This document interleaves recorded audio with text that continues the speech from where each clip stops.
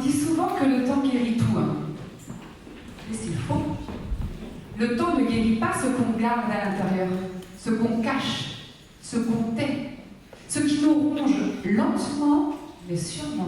Non, en fait, le temps, il le planque et il le range dans une petite boîte là, tout au fond. Parfois, on oublie même qu'on l'a mise là, jusqu'au jour où elle refait surface. À 14 ans, j'ai eu un grave accident. Je suis passée sous les roues arrière du tracteur de mon grand-père. Alors pour vous donner une idée, c'est des grosses roues crantées à peu près hautes comme ça. Ce jour-là, j'apprenais à conduire à l'une de mes sœurs. Puis une erreur, une seconde, une mauvaise manipulation. Je tombe. Dans la panique, la marche arrière est enclenchée. Mes jambes se font happer et mon corps écrasé. Bref, c'est ce qu'on appelle un accident.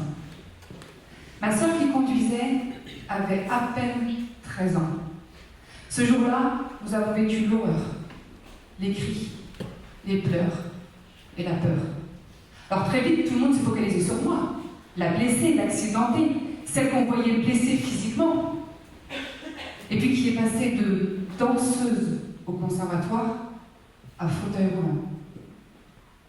Et ma sœur, elle, dans tout ça, rien, silence radio. Parce qu'à chaque fois qu'on voulait en parler, elle pleurait. Alors nous, on a cru bien faire, et pour la protéger, on a évité le sujet d'année en année, et on n'en a plus jamais parlé. Mais le problème, avec les silences et les non-dits, c'est qu'ils ne disparaissent pas, ils ne guérissent pas, pire, ils s'installent, ils rongent et ils enferment. Pendant plus de 30 ans, ma sœur a gardé sa douleur pour elle. Ce poids, cette culpabilité, et puis ces questions jamais posées. Et toi, comment tu vas? Comment tu te sens? Comment tu l'as vécu? Et puis 30 ans plus tard, lors d'une formation pour devenir coach, qu'on a fait ensemble, il y a maintenant bientôt 2 ans, elle parle. Enfin, à 42 ans. Et elle me dit, tu sais Rosaine, moi aussi j'ai souffert ce jour-là, et toutes ces années passées. Parce que tout le monde s'occupait de toi, mais personne ne m'a demandé comment moi j'allais. À ce moment très précis, j'ai compris.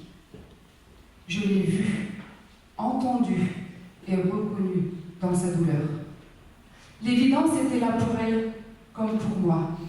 Elle venait de se libérer, et nous par la même occasion. Alors ce soir, j'ai décidé de te faire honneur, à toi, ma sœur, que j'aime de tout mon cœur. Toi qui as osé libérer 30 ans de silence, de culpabilité, de non-dit. Toi qui as su mettre des mots sur tes douleurs pour leur redonner toute leur grandeur. Alors à travers toi, notre histoire et cette conférence, j'ai décidé de rendre honneur à toutes les incroyables femmes que nous sommes. Parce que nous portons toute une histoire, parfois belle, parfois dure, mais toujours unique. Une histoire faite de bonheur, de joie, de rire, mais aussi de larmes, de silence, et puis de blessures qu'on apprend à cacher pour continuer à avancer. Ce soir, je veux parler à toutes les femmes, à celles qui ne se sentent pas écoutées, à celles qu'on ne voit pas pleurer parce qu'elles ont appris à masquer, à celles qui sont fortes par obligation, pas par choix, à celles qui avancent, qui encaissent, à celles qui prennent soin des autres avant de prendre soin d'elles, à celles à qui on a dit que tomber c'est être faible, alors qu'en vrai c'est être humaine, à celles qui aiment avec passion et sans condition. Parce que nous sommes toutes ces femmes, j'ai décidé de nous rendre hommage. Alors pour vous, pour nous et pour toutes les femmes du monde, j'ai écrit ce slam. C'est gentil, hein, après.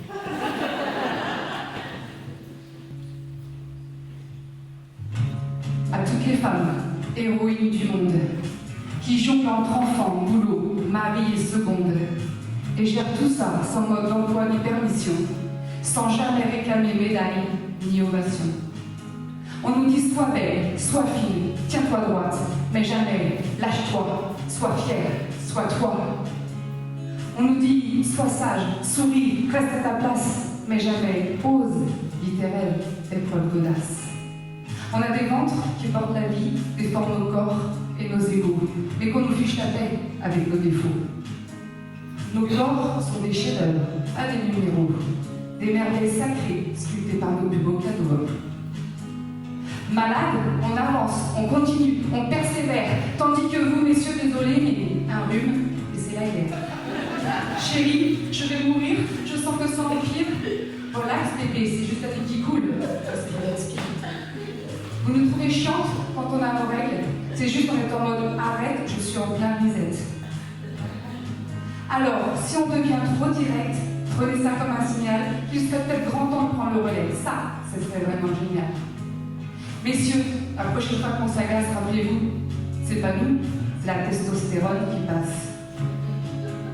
Alors, si vous trouvez trop de caractère en nous, bienvenue dans votre monde et faites comme nous, tenez le coup. Mesdames, ce soir, célébrons notre grandeur, nos âmes, nos corps, nos cœurs et nos labeurs. Ce slam pour rendre hommage à toutes celles dont la force et l'amour font des étincelles. Messieurs, ne soyez pas jaloux, promis, on vous laisse croire que tout vient de vous.